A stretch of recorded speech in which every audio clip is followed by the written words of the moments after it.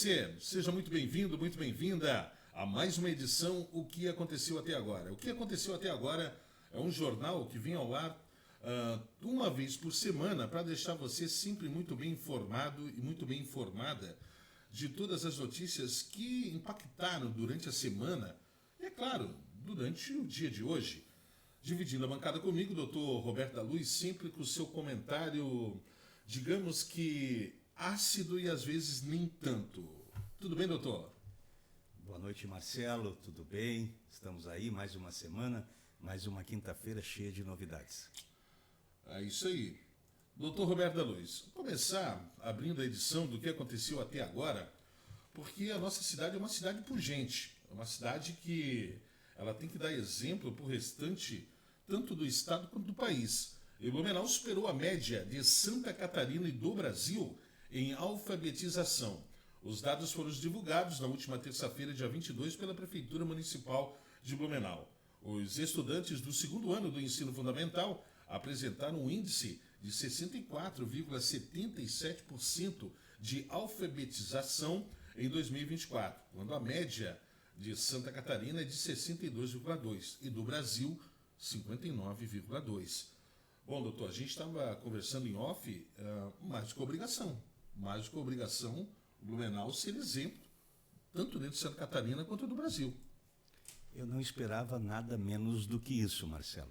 Acho que é importante liderar em Santa Catarina, onde nós temos outros municípios com o mesmo grau de desenvolvimento e de investimentos na educação, cidades como Joinville, Florianópolis, São José, né? Então Blumenau se destaca nesse cenário, é bastante importante.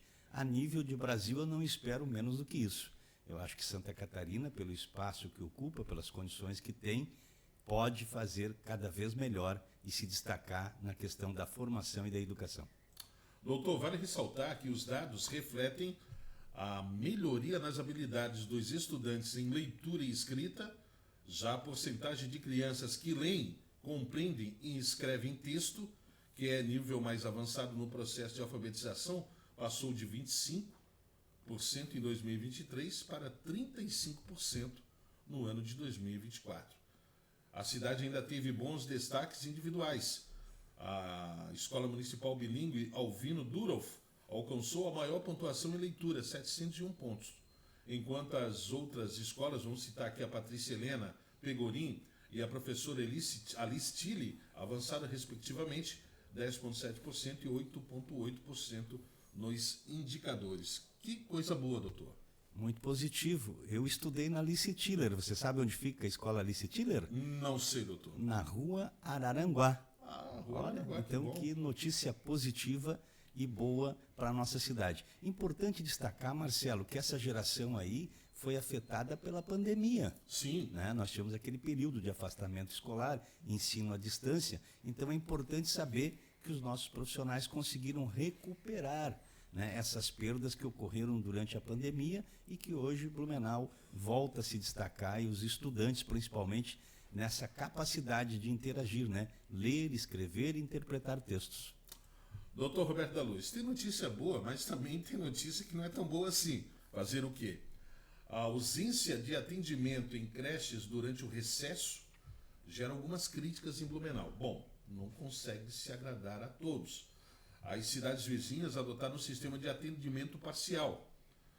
Com o início do recesso escolar em Blumenau, parte das famílias com filhos matriculados na creche municipal e educação infantil manifestou a insatisfação com a suspensão completa do atendimento nas creches durante as férias.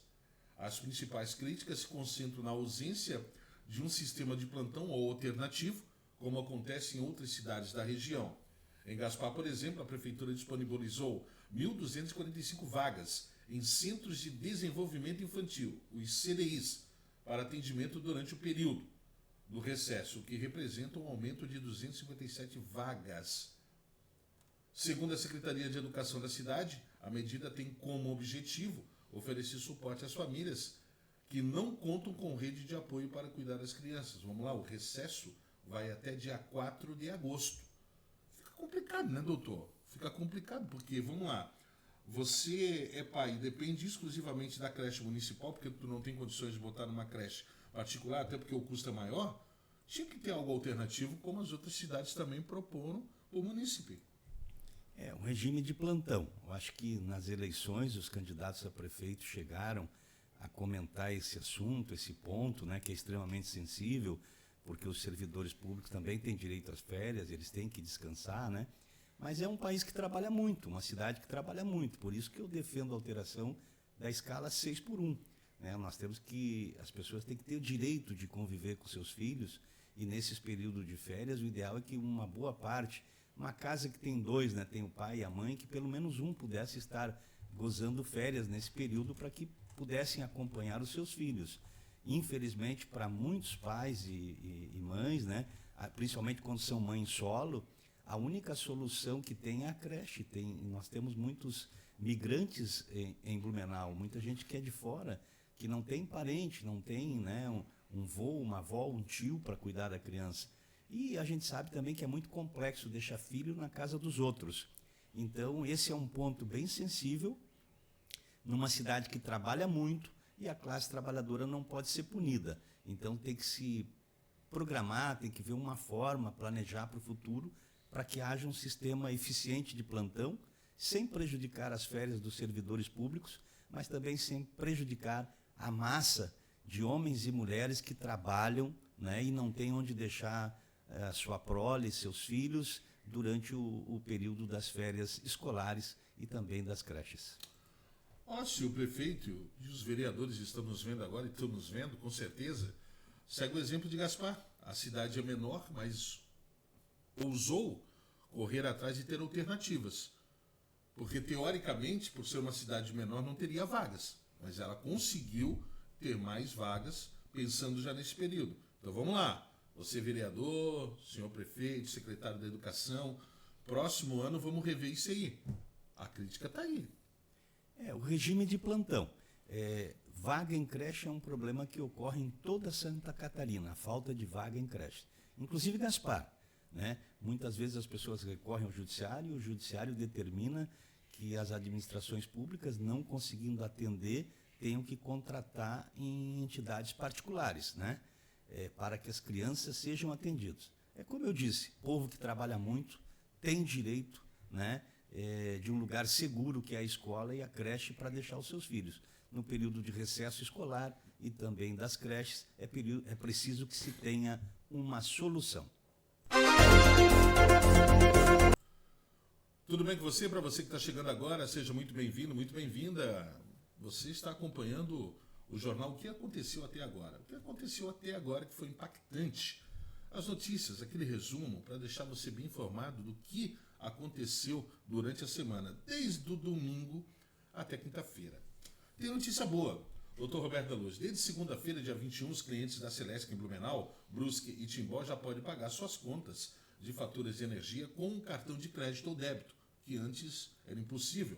A nova forma de pagamento está disponível tanto nos atendimentos presenciais quanto nos totens de atendimento instalado nas unidades. Em Blumenau, o serviço pode ser utilizado na loja da Celesc, na Intendência Distrital do Grande Garcia. Já em Brusque, os totes estão instalados na loja da concessionária e na Praça da Cidadania. Em Timbó, o equipamento foi instalado na Simplifica Timbó. Muito bom isso. Isso é ótimo. Às vezes a gente perde muito tempo e o tempo ele é escasso. Ainda mais quem tem 2, 3 trabalhos. E ultimamente o povo brasileiro não tem só um, não. Nesse sentido, nós temos que evoluir ainda mais. Pode ser pago com Pix? Pode ser pago com Pix também. Então aí é ótimo, porque daí não precisa se dirigir a um totem, né? Porque daí você pode fazer do seu aplicativo, do seu app no seu celular, o pagamento. O pagamento com Pix é o melhor caminho, né? As empresas de cartão de crédito não gostam muito disso, porque para usar o cartão de crédito, mesmo no débito, tem custo, né?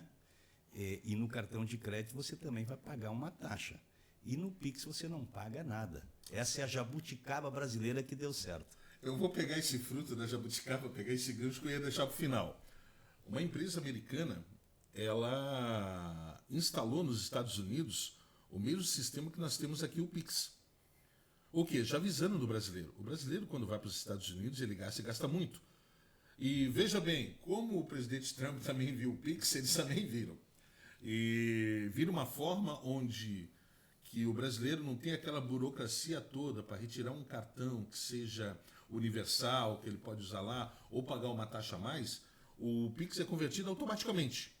Quando você entra no país, a hora que você aciona o teu Pix, automaticamente ele entra em fusão com a empresa lá dos Estados Unidos. Você paga em real e você vai converter o dólar que você está utilizando.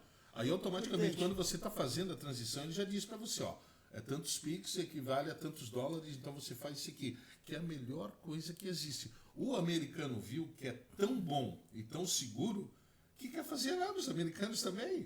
Quem não gostou nos Estados Unidos da América são as empresas de cartão de crédito, a Visa e a Mastercard. E como você falou, quem presta esse serviço lá ainda não é o governo americano, não é o Banco Central americano. Quem presta esse serviço são empresas particulares. Então não tem a universalização, né, gratuita que tem o nosso serviço de Pix aqui no Brasil. É isso aí, doutor. Que é tão bom quanto a jabuticaba. Que é tão bom quanto a jabuticaba, né? Isso é verdade, né? Para você que está chegando agora, esse é o jornal O que aconteceu até agora. Sabe o que aconteceu até agora? Em Blumenau, doutor, mais uma tentativa de golpe. Dessa vez, o golpe virtual. E a Prefeitura de Blumenau alertou empreendedores. Preste atenção, na última quarta-feira, dia 22, a Prefeitura de Blumenau, por meio da Secretaria de Administração, o CDAD, alertou os empreendedores sobre uma nova tentativa de golpe virtual. Empresas do município têm recebido e-mails falsos enviados em nome do setor de compras e licitações da Prefeitura do município. Eles convocaram para a participação em licitações por meio de links suspeitos. A administração municipal esclareceu não utilizar nenhum sistema chamado autogestor de cotações, também não enviou convocações por e-mail para que as empresas encaminhassem propostas por meio de links externos. A orientação do CDAD é que os empreendedores verifiquem sempre o remetente da mensagem. Os e-mails oficiais da Prefeitura de Blumenau terminam com @blumenau, tudo junto, .com.sc.gov.br. Caso o endereço obtenha outro domínio trata-se de uma tentativa de golpe e o link não deve ser acessado, alertou o secretário de administração, Fernando Marcelino. Aí você vê o e-mail, que é um e-mail esdrúxulo. Ele tem um comparativo com os normais de licitações, mas tem muita coisa que está fora do padrão. Aí a pessoa que é nova, que não tem, ou não participou de outras licitações, ou marinheiro de primeira viagem, ou participou de algumas, não se atém ao endereço, clica no link, o golpe está aí. Já era. Acabou. O golpe está aí, cai até quem não quer, né? Infelizmente, a próxima década vai ser marcada pela essa verdadeira pandemia de golpes. E já que você entrou no assunto, essa semana o INSS iniciou o pagamento daqueles descontos que foram realizados pelas associações e sindicatos na conta dos aposentados junto à Previdência Social, né? O seu benefício. O pagamento começou hoje. Começou hoje esse pagamento. Quando começa o pagamento, também começam os golpistas saírem dos seus porões, ou dos seus apartamentos à beira-mar, né, das coberturas, para aplicar golpe via internet. Então, atenção aposentado, o INSS não entra em contato com ninguém, tá? Nem por telefone, nem por e-mail, nada. Se você quiser, você vai ter que entrar no aplicativo do Meu INSS, ou então você ligar para 135. Então, muito cuidado, não caia em golpe. Outra questão, se alguém ligar para você dizendo que é do INSS, não acesse a sua conta bancária enquanto você estiver atendendo o telefone. Eu já atendi pessoas aqui que foram vítimas desse golpe, pessoas inteligentes, mas que estão ali trabalhando, de repente alguém liga, só você já recebeu a devolução do INSS, nós estamos aqui providenciando a devolução, deu um problema aqui na sua conta, pode confirmar para mim a sua conta, se já entrou o dinheiro, me passa as informações. A pessoa entra, durante a ligação, ela entra online na conta e quando ela acessa a conta, o pilantra, o vagabundo, o estelionatário, o golpista está lá do outro lado da linha, acessando as suas informações. Depois você desliga o telefone e diz, amanhã vai entrar o dinheiro. E assim que você desliga, ele inicia transferência dos valores da sua conta por Pix ou então por TED. Então, muito cuidado com os golpistas a partir dessa semana. Os golpes viraram uma verdadeira pandemia na vida do cidadão.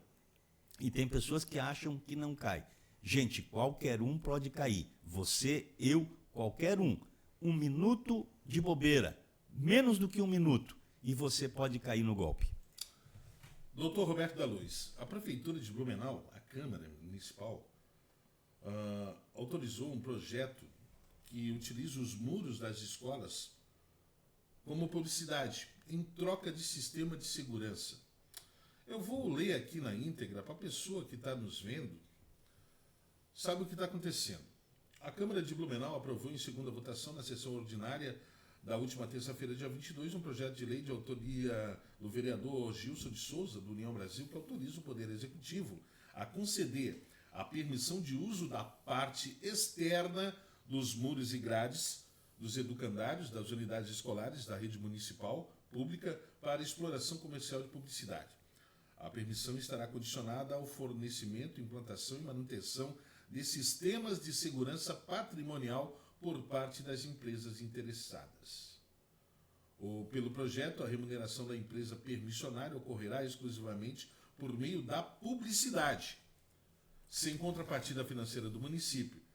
Entre os equipamentos obrigatórios a serem fornecidos estão sistema de alarme, botão do pânico, câmeras de vigilância e portão com fechadura eletrônica. A proposta também proíbe a veiculação de qualquer tipo de publicidade voltada a crianças e adolescentes e determina o cumprimento do Estatuto da Criança e do Adolescente no Código de Defesa do Consumidor e de normas do Ministério da Educação. Durante a discussão da matéria, o vereador Gilson ressaltou que o projeto havia sido aprovado anteriormente, em 2021, mas foi vetado pelo então prefeito sob justificativa de que seria regulamentado por decreto, o que, segundo ele, nunca ocorreu. Vamos lá, doutor. Começou a rolar na cidade, nos grupos de WhatsApp, em geral na internet, nas redes sociais. Algumas pessoas a favor, outras contras, e com argumentos. Um deles eu vou dizer que existe uma lei orgânica do município onde a poluição urbana, teoricamente, não poderia ter. Mas, por outro lado, a gente tem que ter bom senso da seguinte forma. A gente precisa de segurança nos educandários. O colégio não tem de onde tirar o dinheiro. E o município também não tem. Toda a lei a gente tem que ver, rever e ver se realmente, entendesse, vai contra essa lei orgânica do município ou vai favorecer realmente o bolso do município e também dos colégios. Qual a sua opinião? É um tema difícil de dar opinião, mas daí nós temos que ter algumas coerências. E você falou de um fato. Se proibiu a publicidade em placas, né, e é regulamentado as poucas que tem no nosso município para evitar a poluição visual. A escola é um local muito sensível. Aí você transformar, né, os muros, as cercas das escolas em painel de publicidade, primeiro é uma concorrência desleal com quem é do setor, né? Então, quem é do setor de publicidade e propaganda que deve se manifestar sobre isso. Primeiro, é uma concorrência desleal. Segundo, se a ideia é tentar terceirizar a responsabilidade pela manutenção da segurança dos educandários ao recebimento, ou condicionar o recebimento desses valores pela APP para substituir o município, eu acho um equívoco.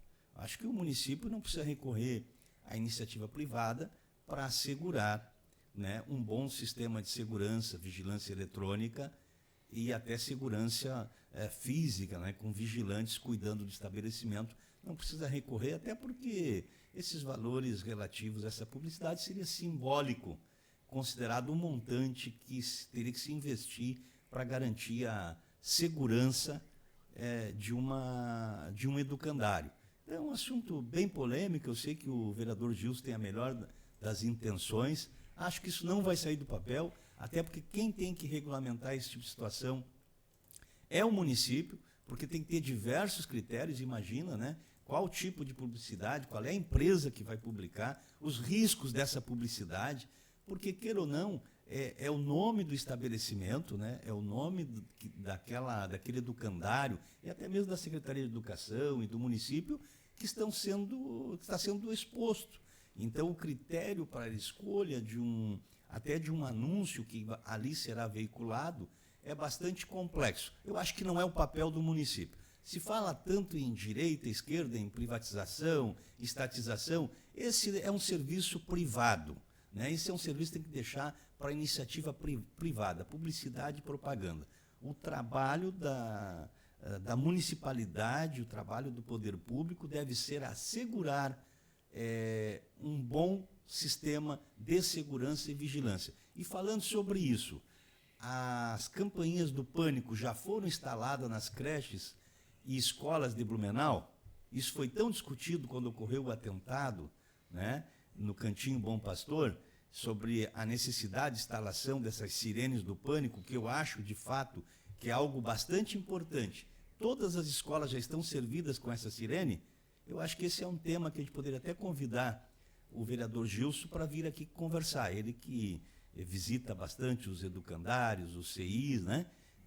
Se já foram instalados, né, as sirenes, as campainhas do pânico, enfim, esse instrumento que pode ajudar os servidores públicos, muitas vezes, às vezes só mulheres, né? Em caso de uma invasão, eles tenham que se comunicar com a parte externa, porque muitas escolas e CIs aumentaram o tamanho dos muros, a altura dos muros da cerca. E se o bandido conseguir, né, o criminoso, conseguir acessar a parte interna, como aquelas pessoas vão se defender? Como elas vão conseguir se comunicar com a parte externa? Então, a sirene do pânico é algo bastante importante e isso sim deveria ser preocupação da Câmara de Vereadores e também da Prefeitura. Eu vou dar uma dica para você, legislador, conhecer a Fundação São Roque. Doutor Roberto da Luz, eu sou amigo da Fundação, eu ajudo a Fundação e é a instituição para crianças em Blumenau mais segura do município. Antes de acontecer o que aconteceu aqui em Blumenau, aquela tragédia, aquela fatalidade toda lá, o presidente Carlos já se preocupava com a segurança das crianças.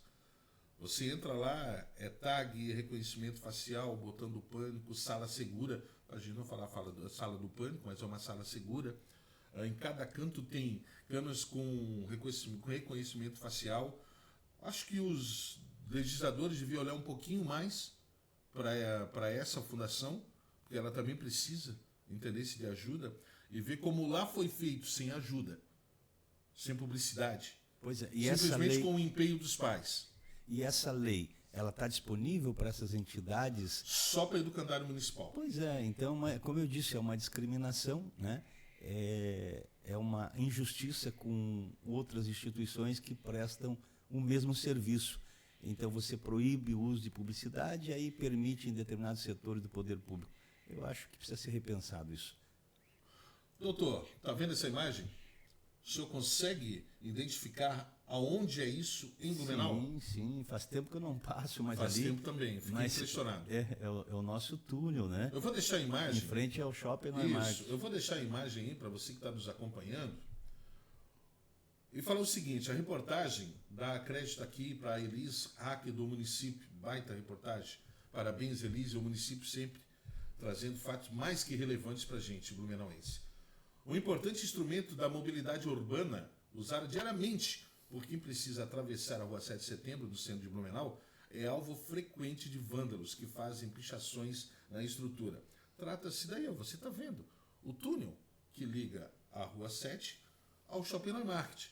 A estrutura faz a conexão subterrânea entre os dois lados da via, com a entrada na frente do Neumarkt Shopping e ao lado do Colégio Bom Jesus. As paredes, o teto, o chão, tudo que você imaginar. Não tem 1 centímetro, doutor Roberto da Luz, que não foi pichado. Eu estou dando o exemplo desta foto, mas tem várias fotos na reportagem. Acesse lá o município. E você fica indignado desde o corrimão até a tampa do ralo da água do esgoto, que vai pichado. Em contrapartida, esta reportagem da Elis Hack do município,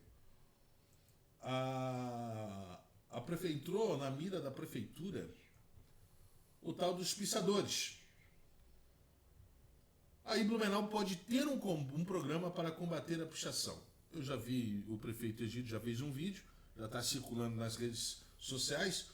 O projeto de lei enviado pela prefeitura à Câmara de Vereadores propõe a criação do Programa Municipal de Combate à Pichação, que reúne ações educativas, reforço na fiscalização e punições com multas para quem for flagrado pichando espaços públicos e privados.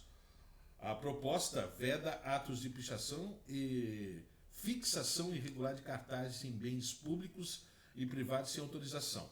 Estabelece multas proporcionais de 5 a 10 vezes os valores da referência urbanística e ainda permite a celebração de termo administrativo de ajustamento de conduta, o TAC, que prioriza a reparação do dano a ações. E aqui, no projeto, inclui que tem que ser acima de 18 anos, a identificação de nota fiscal do comprador, que deverá ser acima de 18 anos, onde é que ele comprou a tal da latinha, do spray, a multa pode chegar a 5 mil. Vamos lá, mas há quanto tempo a gente está batendo em cima disso na cidade? Tem uma casa ao lado do Corpo de Bombeiros, na rua, que dá acesso ao Corpo de Bombeiro, bem na esquina. O senhor, ele é uma casa grande, de alto padrão, mas indiferente. Ele pinta o muro a cada 2 meses. Porque ele pinta, no outro dia de manhã, acorda pichado. Tem uma oficina no lado, que o rapaz ele não faz mais o letreiro. Ele acorda pichado. E se você andar pela Rua 7, se você pegar desde lá da Vila Germânica, ali no trocamento do terminal Proeb, e você vir subindo até o Shopping Neymar, você vai ver muitas pichações. Uma que tem muitos lugares para alugar, então eles usam e abusam. Se você vê a altura dos prédios em Blumenau, tem vários prédios. Se você dá uma olhadinha para cima, às vezes a gente só olha a altura do nariz, mas se você olhar um pouquinho para cima, você vai ver as pichações. E aí, vai funcionar, não vai funcionar, doutor Roberto? O que o senhor me diz sobre isso? Se vai funcionar ou não, eu não sei, mas que é importante essa iniciativa é. E se você observar essas imagens, tem 2 tipos de pichação, né, Marcelo? Uhum. Tem aqueles que são os pichadores quase que profissionais, que a gente pode dizer. Mas eu vou só que eles têm um tipo de grafia. O grafite não é pichação. Não, pichador. Isso. Tem um pichador que ele tem uma Isso grafia. aqui é pichação. Tem uma grafia própria. Isso aqui é uma pichação. Isso. Tá?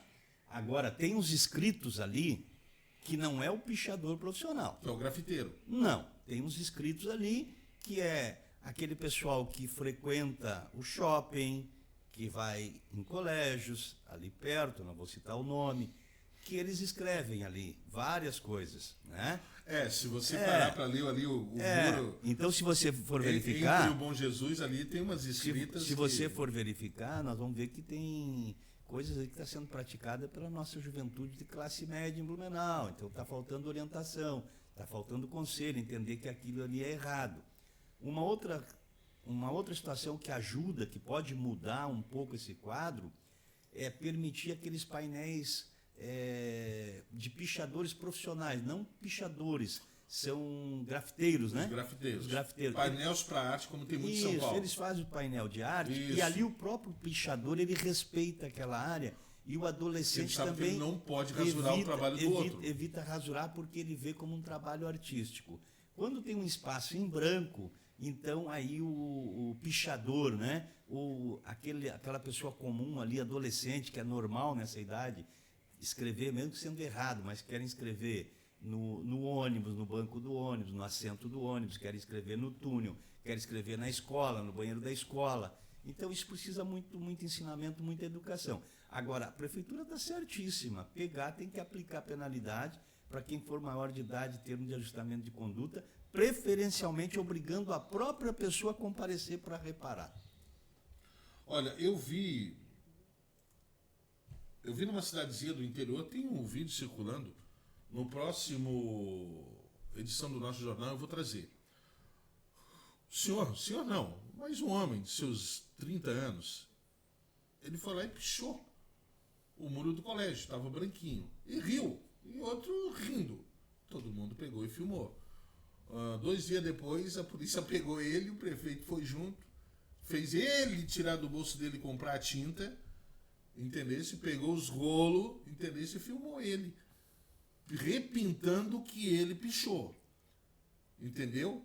Aí o cara disse assim, acabou a tinta? Vai lá, tu devia ter feito a conta e ter pintado tudo, porque quando você veio pichar, você fez a conta de quantas latinhas você comprou. Mas eu não tenho mais dinheiro. Não tem problema, não.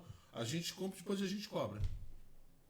Eu deveria fazer isso em qualquer lugar. Pegar essa molecada, porque não é tanta molecada assim não, que eu conheço, uns barbudos, de cabelo branco, que a gente já viu, entendesse?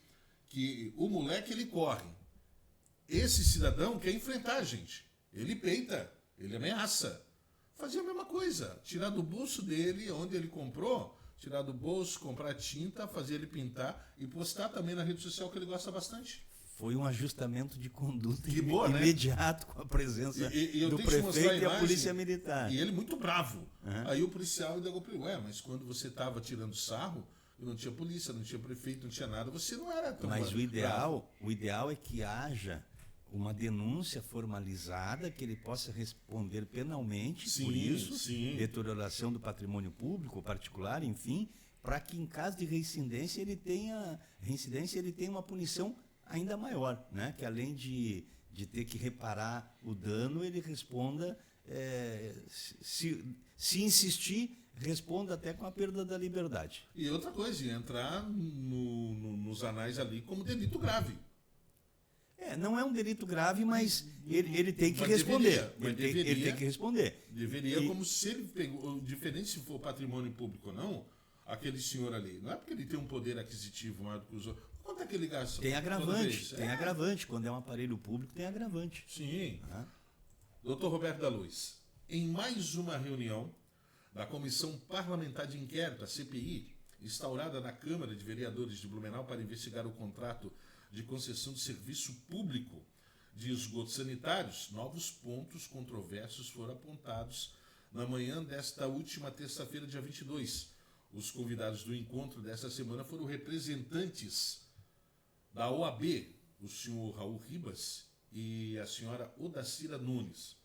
A OAB foi chamada para contribuir no debate, pois a entidade criou uma comissão especial temporária com o objetivo de analisar juridicamente os impactos do 5º termo aditivo do contrato. Os advogados envolvidos nessa comissão também emitiram um parecer técnico que resultou em uma carta enviada ao prefeito Egídio Ferrari solicitando a suspensão do ativo.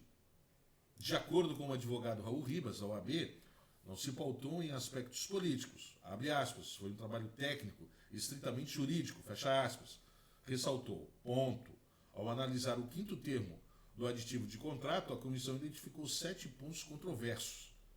Alteração do objetivo do contrato, ausência de controle social e participação da comunidade, transforma um serviço que era privado no serviço público, repasse para o conjunto de usuários do serviço o custo de ineficiência do poder público, adoção do sistema individual limpeza de fossa sem certificação técnica e adequada, ausência de comparativos de custos tarifários e o último, previsão no aditivo de uma cláusula que garanta a possibilidade de suspender os investimentos programados pela empresa. Tudo isso eles conseguiram ver numa reunião só. E quanto tempo está rolando essa novela do esgoto em Blumenau, doutor Roberto da Luz? Às vezes, eu penso que o poder público, ou as pessoas que estão lá, elas não estão nem aí com quem votou neles, botaram eles lá. Que parece um descaso. Parece que eles vão por ir, um olha para o outro, então tá bom, mas opa, agora apertou a pedra no carro. Agora a OAB se meteu. Como é que fica? Bom, eu estou vendo algo diferente nessa CPI. Ela está atuando de forma mais técnica. Nós não estamos vendo ali um agente político, um vereador fazendo estardalhaço na mídia para aparecer. Não. Eles estão fazendo trabalho técnico, convidaram a OAB para trazer um parecer jurídico técnico, interpretando os aditivos do contrato. os vereadores estão trabalhando de forma correta. Eu só espero que ao final dessa CPI, haja um parecer que tenha coragem de enfrentar aquilo que for considerado ilegal, que isso seja apresentado ao prefeito e que ele respeite essa deliberação após ouvir a sua assessoria jurídica, a procuradoria do município, e, se for o caso, se tiver que rescindir esse contrato, que se rescinda.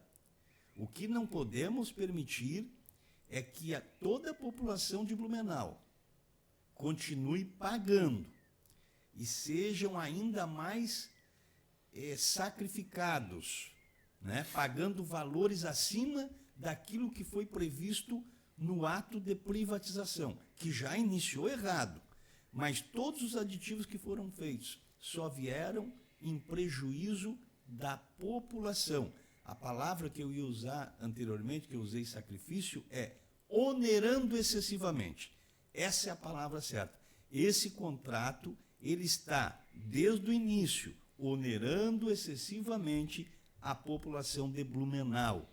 Parabéns à Câmara de Vereadores. Acho que dessa vez vocês estão no caminho certo, fazendo um trabalho técnico, coerente, que saia, ao final dessa CPI, um relatório claro, específico, indicando as irregularidades e também apontando quais são as providências que o prefeito deve tomar, sob pena de prevaricação. Para você que está chegando agora, meu muito obrigado pela sua companhia. Você, minha amiga, você, meu amigo. O que aconteceu até agora? Dr. Roberto da Luz. Até agora, para 600 funcionários da Teca, foi uma alegria. Mas para o fundo de investimentos, o Alume, que assumiu, não foi tão feliz assim. Teca paga 3 milhões a 600 funcionários, mas a ação é questionada por administração judicial. Para você entender, a Teca, tradicional empresa têxtil de Blumenau, quitou recentemente uma dívida de 3 milhões em salários de férias atrasadas, aproximadamente 600 funcionários, valor de pendência desde 2013. A iniciativa ocorre 3 semanas após a chegada de uma nova diretoria, vinculada ao Fundo de Investimentos Alume, que assumiu a gestão com 24% das ações da companhia. Vamos lá, para você entender. Apesar da medida, a ação gerou polêmica. O escritório Leiria e Cascais, responsável pela administração judicial da Teca... Leiria e Cascais. Leiria e Cascais. Notificou a nova gestão e levantou uma série de questionamentos, como a falta de autorização judicial para os pagamentos, a origem dos recursos, a natureza dos créditos e a ausência de detalhamento da lista de colaboradores beneficiados. A administração judicial, comandada pelo advogado Pedro Cascais Neto, presidente da Ordem dos Advogados do Brasil, OAB, em Blumenau. Em resposta, a Teca protocolou nesta segunda-feira, última, dia 21, uma manifestação na Vara Regional de Falências, Recuperação Judicial e Extrajudicial de Jaraguá do Sul, pedindo ao juiz que advirta o administrador judicialmente e reconheça a legalidade dos pagamentos, classificados pela defesa como crédito extraconcursais, ou seja, fora do alcance da recuperação judicial. A empresa sustenta que o pagamento se trata de um ato de gestão ordinária, essencial para a continuidade das operações e cumprimento da função social da companhia. Só para terminar rapidinho, a nova diretoria também criticou a postura do administrador judicial, alegando que as exigências são tecnicamente equivocadas e juridicamente infundadas, além de demonstrar insensibilidade com os trabalhadores que aguardavam, abre aspas, há 12 anos por seus direitos. Doutor Roberto da Luz, depois disso tudo que eu acabei de frisar, de ler, o que aconteceu até agora? Imagina você trabalhar e levar 12 anos para receber suas verbas trabalhistas. Então, passou da hora de pagar. Agora, as questões técnicas relativas à administração, à gestão dessa massa falida, isso vai ser resolvido nos tribunais. Está em boas mãos. O doutor Cascais é um excelente advogado, o doutor Leria é um excelente advogado, já foi juiz trabalhista. Agora os trabalhadores têm que receber, né, Marcelo? Se vão receber, parabéns para quem está pagando. Não tenha dúvida, doutor. Não tenha dúvida. O que aconteceu até agora? Bom, o que aconteceu até agora, você está nos vendo, ouvindo, é uma retrospectiva, um resumo das notícias que impactaram o Brasil, Blumenau, Santa Catarina. Doutor Roberto, o senhor é tricolor, né? Tricolor? Eu sou flamenguista. Ah, não, o senhor é colorado. Eu sou flamenguista. Agora, o corintiano, esse coitado, ele não ganha em campo e também está tendo uma dor de cabeça fora do campo. Lê a notícia para o senhor. De cerveja, remédio para ereção. Corinthians bancou gastos pessoais na gestão do Ilho.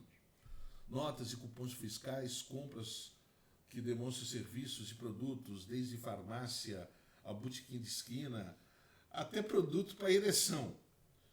Usou o cartão corporativo da entidade para pintar e bordar.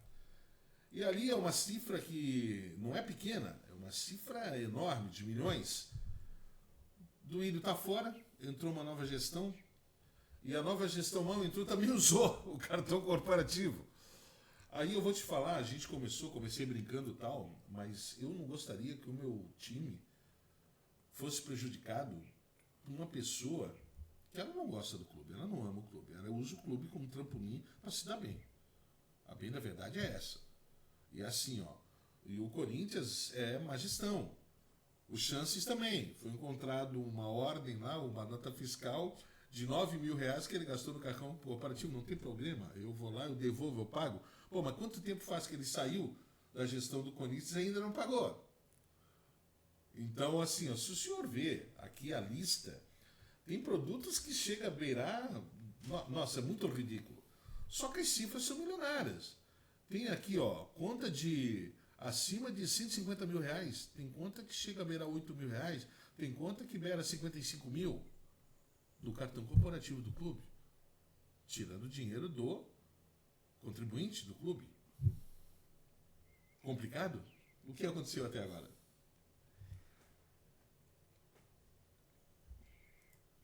Infelizmente, Marcelo, essa não é uma realidade só do Corinthians, mas eu arrisco a dizer que de todos os clubes do Brasil, inclusive do teu Flamengo. Eu não quero me complicar aqui, porque sempre que você dá opinião, você tem que provar, sim, né? Mas sim. Se não está ocorrendo agora, já ocorreu em algum momento. Muito. Como ocorreu com o meu Internacional, como o ocorreu Vasco. com o Grêmio, o Vasco, enfim. O próprio Chances falou que uma hora a conta chega. Futebol é um investimento vultuoso, de muitos recursos. E onde tem dinheiro e tem ser humano, a coisa é complicada. Principalmente quando esse dinheiro não tem um dono específico. Então, administrar dinheiro público, administrar dinheiro de clubes, de instituições, para muitos é diferente de administrar os seus recursos particulares, né? Então, tem pessoas que se lambuzam, infelizmente abusam. E não é novidade o que está acontecendo no Corinthians, isso já aconteceu no Internacional também. Lá os dirigentes foram processados, condenados, vão cumprir pena por desvio de recursos. É importante que continue sempre fiscalizando. Ter a ciência que ocorre em todo lugar, tá? Política, futebol, religião, associação, clube, onde tem dinheiro. E esse dinheiro não é de um titular, mas de uma coletividade. Se não tiver transparência e fiscalização, o dinheiro foge pelo ralo e as pessoas vão usar e abusar. E aí criaram o cartão corporativo, que deveria ser um sistema para facilitar a vida do clube quando você vai fazer uma viagem para pagar as despesas dos jogadores, dos profissionais, se aconteceu algum imprevisto, daqueles que acompanham a delegação, você deve ter um cartão para isso. Existe uma hipocrisia no Brasil que os dirigentes de clube, agora nós temos as SAFs, né? Sim. A SAF é meio que particular, né? Através de investidores. E o clube... É um meio privado, né? E o clube é um conjunto de pessoas, já diz, né? Que fundaram um clube e aquele clube tem um time de futebol. Então, o presidente do clube, ele não recebe uma remuneração. Acho até isso meio hipocrisia. Você paga 500 mil, 1 milhão, 2 milhões para um jogador, mas você não paga um salário... Na Europa é diferente, o presidente tem um salário. Você não paga um salário para o presidente ou para o vice-presidente, que são pessoas que deveriam se dedicar de tempo integral para o esporte, para a construção daquela empresa que é o esporte. O senhor não acha que, de repente, se mudasse essa visão do brasileiro e remunerasse a diretoria até um certo ponto, até um certo número de diretores que são mais essenciais dentro da estrutura física do clube, que faz a engrenagem andar, como presidente, vice-presidente, diretor de futebol, os staffs que estão ali, que é os olheiros, etc. e tal, haveria menos roubo e menos corrupção dentro da entidade? Eu não tenho certeza se haveria, mas você não abriria as portas para essa justificativa que dava brecha, né? Eles utilizam esses recursos porque não tem um valor específico. Então, eles deveriam receber um valor que eles pagassem do próprio bolso as suas despesas e pelo menos o clube saberia o quanto está pagando. Mas não é só isso. O Corinthians tem dinheiro das bets que eram destinadas ao patrocínio do clube e boa parte desse dinheiro foi desviada. Foram indiciados pelo Ministério Público. Então foi feito ali esquema, aí quem consegue o patrocínio consegue 10%, 20%, nós estamos falando de... 40 milhões foi com o Corinthians. Então nós estamos falando de muito dinheiro. E aí essas pessoas, porque o Corinthians é uma empresa gigante, né? O orçamento do Corinthians anual é bilhão, é maior do que muitas prefeituras, né?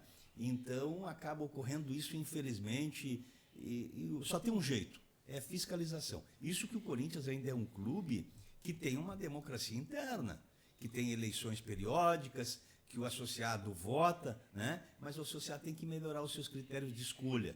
Tem muita gente que vota também, porque até a torcida se beneficia. Então me parece que a Gaviões da Fiel, né? Aqui eu posso falar, se tivesse São Paulo não podia nem falar, porque é perigoso, mas me parece que eles recebem 26 mil por mês do clube. Né? A Gaviões convocou as outras torcidas. Fora os ingressos e tal. Então aí começa a nascer a maracutaia, porque daí um vai protegendo o outro. Mas assim, como é que descobriram? Porque a Gaviões convocou as outras torcidas, a que são mais pesadas, igualando a Gaviões, mas quem manda é Gaviões, invadiram o CT do Corinthians, passaram a corrente e o cadeado ali, ninguém mais entrava, nem polícia entrou. Lá dentro foram nos escritórios, mexeram, entraram, acesso a cofres, etc e tal. Alguém mandou, alguém deu a letra, pronto, todo mundo sabe, entendesse? Mas tu vê o quão perigoso que é esse tipo de atitude, o quão perigoso que é, porque na verdade tu não tem uma diretoria, quem manda são eles. Eles fazem o que eles querem. Aí eu digo uma coisa para ti, será que não tem conivência? No passado a gente descobriu um ex-presidente aí de clube que era conivente com a torcida e fazia uma rachadinha, não é o outro lá, mas fazia. Eu também não sou muito favorável a essa forma de sustentação das torcidas organizadas. Dá alguma coisa para a torcida organizada. Até porque dinheiro não, ingresso até todo só a favor, mas até fora porque isso não. a composição dessas torcidas organizadas, infelizmente, na sua estrutura tem muitos criminosos, homicidas, traficantes, todo tipo de delinquente perigoso. Tem facções implantadas Nós podemos falar isso aqui porque nós moramos em Blumenau. Se estivesse lá em São Paulo, a gente não podia dar essa opinião. Mas vamos para o próximo assunto, porque 600 quilômetros não é muito longe. Vamos. O que aconteceu até agora? Em São Paulo, o mesmo do mesmo. Nada. Eu estou falando em relação aos ataques dos ônibus. Agora prenderam um senhor por atacar 17 ônibus em São Paulo, um funcionário público, há 30 anos. Vamos lá, o que diz a polícia? A polícia de São Paulo informou nessa última terça, dia 22, que o homem de 68 anos preso, ele atacou no mínimo 7 ônibus da capital paulista. Ele confessou. Junto com ele estavam 2 sacolas com bolinha de gude, estilingue. E no relato dele, foi mais um protesto porque ele quer consertar o Brasil. Se negou a dizer se era afiliado a algum partido, organização política ou sindicatos. No entanto, esse secretário executivo da Segurança Pública do Estado, o delegado Oswaldo Nico, destacou que a versão do investigado pode não ser realidade. Claro que não é. A Polícia Civil afirmou que elementos obtidos durante a investigação indicaram que as ações estariam sendo planejadas há alguns meses. Foram lá no Instagram do cara, o cara não bate muito bem, meio desconexo, tudo. A moral da história é o seguinte, doutor. Conta comigo. 938 ataques desde o dia 6 de julho. Ontem foram mais 35. Hoje eu já não sei. Interesse? E continua aquela mesma história da Polícia Civil, da PM e do secretário de Segurança Pública do Estado de São Paulo. Quer dizer que as Smart Sampa lá não estão funcionando. Não está funcionando. Que na propaganda é muito eficiente. Aliás, no Globo Repórter vai ter uma reportagem hoje à noite, se puder ver, sobre a Smart Sampa. Eu acho muito legal. É implantado aqui também em Blumenau, na Oktober, e esse ano vai ter muito mais. Mas o que a gente pode resumir? Que o que aconteceu até agora, nada. Todo dia tem um atentado, as pessoas estão com medo, o motorista está com medo, o cobrador está com medo, as pessoas estão com medo de ir para o seu trabalho, de pegar a condução urbana com o ônibus e daqui a pouco uma pedra dessa vira matar a pessoa. E a polícia, hoje tem uma história que foi facção, ontem era sindicato, opa, o sindicato não é mais, agora é as empresas. Daqui a pouco está todo mundo reunido junto e não consegue descobrir quem é o mandante ou por que disso aí. Marcelo, tem um ditado que diz que rir e coçar é só começar. Então, esse tipo de crime, esse tipo de situação numa cidade como São Paulo, no estado de São Paulo, que envolve ali na região metropolitana uma população, acho que em torno de 20 milhões de pessoas, esse tipo de crime, quando começa a divulgar na imprensa, na rede social, as pessoas começam a tomar conhecimento de que está acontecendo esse tipo de crime, então ele pode começar de forma organizada por um segmento, ou por 2 ou 3, como já havia dúvida, poderia ter mais de um segmento incentivando esse tipo de coisa, e aí começa a vir os aleatórios, que é tipo dessa figura aí, esdrúxula, 68 anos, funcionário público há 30. Mas com já certo um desvio mental, um problema, uma inadequação, um desequilíbrio, que a pessoa, não, eu estou protestando aqui, eu vou mudar o Brasil. E tem gente que pensa assim. Sim. Tá? Tem gente que pensa que os caminhos mais absurdos do confronto, da destruição do patrimônio, patrimônio público ou particular, incitação ao crime, é uma forma de expressar patriotismo, insatisfação e acha que vai resolver não e de mudança. Então, talvez esse maluco aí faça parte de um conjunto de malucos que precisam ser enfrentados. São Paulo tem que se organizar, né? A Polícia Civil tem que atuar, porque se virar moda, né? O pessoal faz que nem a pichação no túnel. Passa um, picha, ninguém fez nada, vem outro, picha também, aí vem o estudante, picha também, e todo mundo vai fazendo um pouquinho enquanto não tiver punição. Então tem que punir, né? Tem que pegar, infelizmente, um ancião já com 68 anos que tem que ser preso, né? Tem que utilizar o último instrumento, né, social, que é a prisão, né? Que é a restrição da liberdade, porque um indivíduo desse na rua é perigoso. Uma bolinha de gude dessa com uma funda num vidro do ônibus pode matar uma pessoa. Doutor, chegamos na reta final do que aconteceu até agora, que é um resumo das notícias que impactaram desde o último domingo, que é o começo da nossa semana, até hoje. São 2 notícias. Vou começar com a primeira rapidinho, que o Banco Central informa que teve um vazamento no CNJ e expôs dados cadastrais de 46,89 milhões de chaves Pix aqui no Brasil. Em nota, o Banco Central afirmou que o vazamento, abre aspas, não permite movimentações de recursos, nem acesso às contas ou às outras informações financeiras. Isso aconteceu hoje, o banco informou hoje, mas isso aconteceu lá na segunda-feira. Eles um acesso indevido aos dados vinculados à chave no sistema Sisbajude, ferramenta de busca de atividades operadas no CNJ em parceria com o Banco Central. Na verdade, eles são obrigados a informar que teve um vazamento, os cadastrais aí o nome, usuário, CPF, instituição de relacionamento, agência, número, tipo de conta. Bom, enfim, eles são obrigados a notificar porque teve uma invasão. Mas não considera que esses 46 milhões de chaves, os caras conseguiram algum acesso. Mas o que é mais importante na notícia é que você não clique nos links que chegam para você. Todo dia chega link. Se eu abrir o meu celular, o senhor abrir o seu, tem um monte de instituição bancária, que se diz bancária, é interesse que está mandando o link para você. Agora, acesse, você tem uma conta que não foi paga, pague agora, nós vamos te dar um desconto. Ou você tem dinheiro pendente, que você fez um Pix errôneo, numa conta, estou te devolvendo. É mentira, está errado. O que o banco está tentando e está alertando que vão melhorar a segurança, óbvio. Só que não teve nenhum prejuízo a esses 46 milhões de contas. O mais importante é que você não clique se você não tem certeza que venha do seu banco. Correto, doutor? Você falou 46 milhões... 6,89 milhões de chaves Pix. Chaves Pix. Então, é muita coisa. Veja a importância dessa informação. Mais de 46 milhões de chaves Pix acabaram vazando. Ou seja, pessoas tiveram acesso. Pessoas... E assim, o Pix está sob ataque. Ataque internacional, inclusive.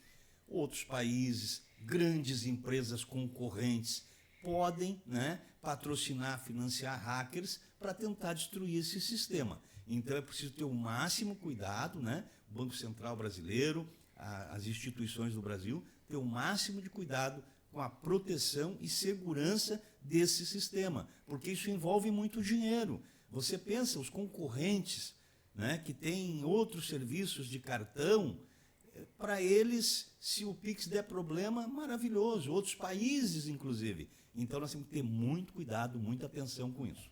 E vale ressaltar o Banco Central que invista muito mais dinheiro em tecnologia cibernética, onde que existe um controle maior, onde que nem os hackers podem acessar. Ou se acessar, como aconteceu agora, que não conseguiram ter nenhum dado relevante. Mas se na próxima tentativa conseguir. Os 46 milhões é um número muito, muito expressivo de contas. Quem sabe eu, você ou vocês que estão nos vendo agora também não foram afetados. Marcelo, a gente fala muito sobre soberania e patriotismo. A todo instante, se fala em soberania e patriotismo.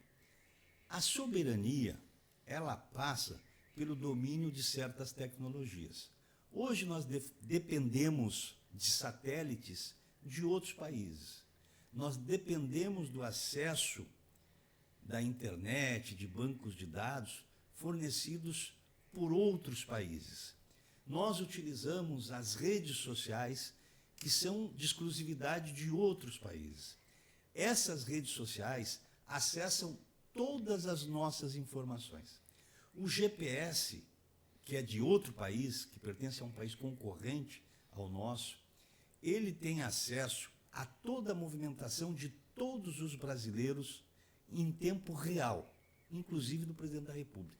Sim. Então, em qualquer lugar que nós estamos usando um aparelho eletrônico, nós estamos sendo monitorados. Até quando usamos o carro, nós estamos sendo monitorados. Os satélites estão sobre nós. Então, quando a gente fala em soberania, é a necessidade do desenvolvimento da educação, da tecnologia, não só, veja que isso é importante, melhorar a vida das pessoas, mas não só para melhorar a vida das pessoas, mas como uma garantia para assegurar a vida, a tranquilidade e a paz dessas pessoas. Porque hoje a nossa soberania, ela é relativizada, porque nós dependemos em diversos setores tecnológicos de outros países, infelizmente. O Facebook sabe exatamente tudo o que nós fazemos. O Google, se a gente começa a conversar na frente do telefone, ele sabe quais os produtos que nós queremos. A cor da camisa, a cor do carro, a marca, o modelo, isso tudo está sob o controle de outros países. Eu falei do Facebook, mas tem o Instagram, tem o TikTok, tem o Twitter. Tem o Twitter. Então a gente tem que ficar consciente disso. Só eu quis fazer esse adendo para dizer que soberania hoje é tecnologia. Quem não domina a tecnologia, quem não tem satélites próprios, quem não tem uma rede tecnológica, não pode falar em soberania, porque nós dependemos, infelizmente, dependemos de outros países. Doutor Roberto, chegamos na reta final do programa, é a última notícia. Fazer duas perguntas para ti. Tu gosta de música gospel? Gosto. Gosta de Gini Geno? Gini Geno não tem nada a ver com música Não, gospel, você gosta né? de música gospel? Eu gosto de música E de gospel. Gini Geno? Também. Tá. É um estilo bem diferente, né? O Gini Geno mistura um pouco de humor com a Isso. música caipira. É um estilo... O Gino tem uma voz muito particular, né? Então, eu gosto. E a música gospel, ela faz bem para a alma. Sabe por que eu fiz essa pergunta para o senhor? Porque o que aconteceu até agora no pendrive do Bolsonaro, encontraram música gospel e Gini Geno. A perícia da Polícia Federal, que apreendeu o pendrive no banheiro do ex-presidente Jair Bolsonaro, concluiu que o conteúdo é irrelevante. É muito bom para quem gosta de música gospel e quem gosta de música sertaneja. Só para dar um adentro. Porque fizeram um escarcéu. Estou dando a notícia, não estou para nenhum lado. Só que fizeram um escarcéu no pendrive, disso, daquilo, daquele outro. Muitos esperavam que tivesse um conteúdo muito importante, entendesse? Que fosse deflagrar mais ainda o Alexandre de Moraes, incluindo o inquérito. Mas infelizmente não, só tinha música gospel da Michele e o Gini Geno que ele gosta. Infelizmente ou felizmente, quando ocorre uma busca e apreensão em uma residência, um escritório, uma empresa, enfim, a Polícia Federal, ela Sim. tem autorização para recolher. E quando é para recolher, celulares, tablets, O que computadores, tiver ali. eletrônico, pendrive, né? Às vezes tem a isca, né? Às vezes se deixa propositalmente esse tipo de situação, que é para causar, né, uma confusão, uma discussão. A política é cheia de meandros, é cheia de casca de banana, é cheia de malandragem, né? Então as pessoas já deixam isso mais ou menos plantado. Outra coisa, está se divulgando o que tinha nesse pendrive, porque poderia divulgar, né? Pode-se dizer, ó, ali tem música do Gini Geno, ali tem música gospel. Sim. Se tivesse alguma coisa particular, privada, por exemplo, da vida da primeira-dama, Sim. do próprio Bolsonaro, Ou de outras pessoas ou de da um família filho, e tal. filha adolescente Sim, que ele sim. tem, Uhum. não se poderia divulgar. Sim. Né? Mas, enfim, tudo é catalogado, Sim. é registrado, e aí se faz uma perícia. Ó, se tem importância judicial, né, jurídica, se tem importância jurídica, fica nos autos do processo. Mas o Se porquê? não tem importância, é devolvido. Mas o porquê da nota? Porque estão agindo conforme a lei. Sim. Aí eu brinquei no começo e tal, mas eles não poderiam deixar de noticiar a perícia. Foi feita a perícia, porque já tinha noticiado que ele seria levado para a perícia. A perícia foi feita, beleza, tem conteúdo que não pode ser que é sigilo em interesse de justiça. Mas como o conteúdo era irrelevante, tira a música gospel da Michele, tinha o Gino Geno dele, que ele gosta, tudo bem, beleza. Tinha outras coisas também, mas focaram no gospel e no Gino Geno. Por quê? Para dizer que não tinha, pronto, beleza. Se tivesse, lá na frente no processo também seria depois divulgado. Então, aproveitando que estás falando de música gospel, Opa! com certeza o Bolsonaro deve estar se apegando Com certeza. naquela letra bonita de uma música gospel que eu não lembro o nome, mas que ela diz mais ou menos assim, que nem o advogado, nem o médico, a última palavra é de Jesus. Com certeza. O que aconteceu até agora? É um resumo do que aconteceu durante a semana de segunda-feira até quinta-feira. Um resumo onde eu, @locutor Marcelo Grilo, e o Dr. Roberto da Luz, a gente relembra para você. Estamos terminando essa edição. Não se esqueça, ao término de ver este episódio, replicar para os amigos. Siga @locutor Marcelo Grilo, siga @Hop da Luz com R, Hop da Luz. E não se esqueça de ir lá no YouTube rapidinho, digita Vai Vendo Podcast com Roberto da Luz, porque toda semana tem um episódio diferente, com uma pessoa diferente, com uma personalidade diferente da nossa cidade, do contexto municipal, estadual e até contexto Brasil. Certo, doutor? Certo, vou aproveitar a oportunidade, já que nós estamos fazendo um resumo da semana, não podemos deixar de registrar até numa certa homenagem, né, a cantora que nós perdemos, a Preta Gil, né? filha do Gilberto cantor Gil. Gilberto Gil.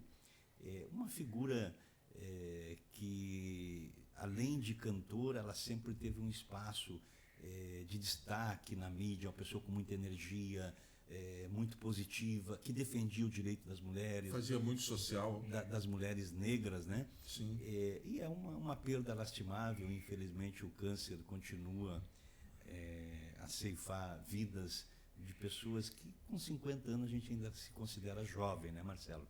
Isso aí. Então, ela é nossa contemporânea, até um pouquinho mais jovem do que a gente, com 50 anos, prematuramente, infelizmente, se despediu desse plano aqui, mas, com certeza, haverá de ter um lugar melhor e hoje ela já deve estar confortada com o Pai Eterno.